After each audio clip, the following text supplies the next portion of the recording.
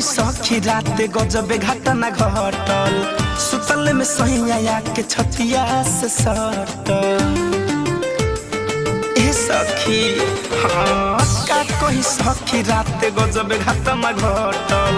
सुतल में सैया के छतिया से सटल हय सर भइल पूरा इंजन झनझना गहुए हयाइल प्यारे बहला बारी जब खुलल मोर सारी धके चरा लुका गौए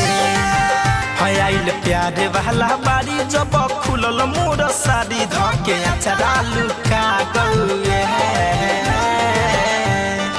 ए सखी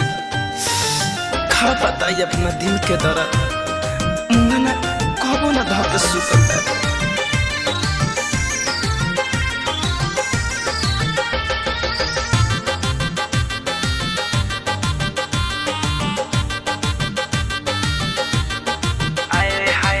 सोचन की पियावा आज करी है नदी पार हो झटक में सूत गइल टंगरी पसार हो ए सखी हाँ सोचन की पियावा आज करी है नदी पार हो झटक में सूत गइल टंगरी पसार हो हम बजल पलंग तो पलंग घाबरा गौवे हयाइल प्यारे बहला बारी जब खुलल मोर सारी धके चरा लुका गौए हयाइल प्यारे बहला बारी जब खुलल मोर सारी धके चरा लुका गौए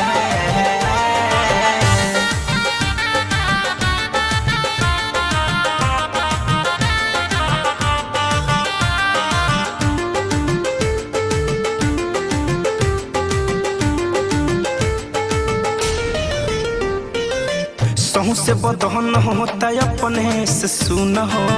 धरे कंधन जना मनोले हनीमून हो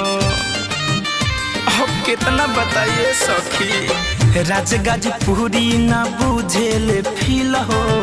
जीतू दिनेश जी से टूट गइले दिल हो राहुल रहस्य के चाल चिन्हा गहुए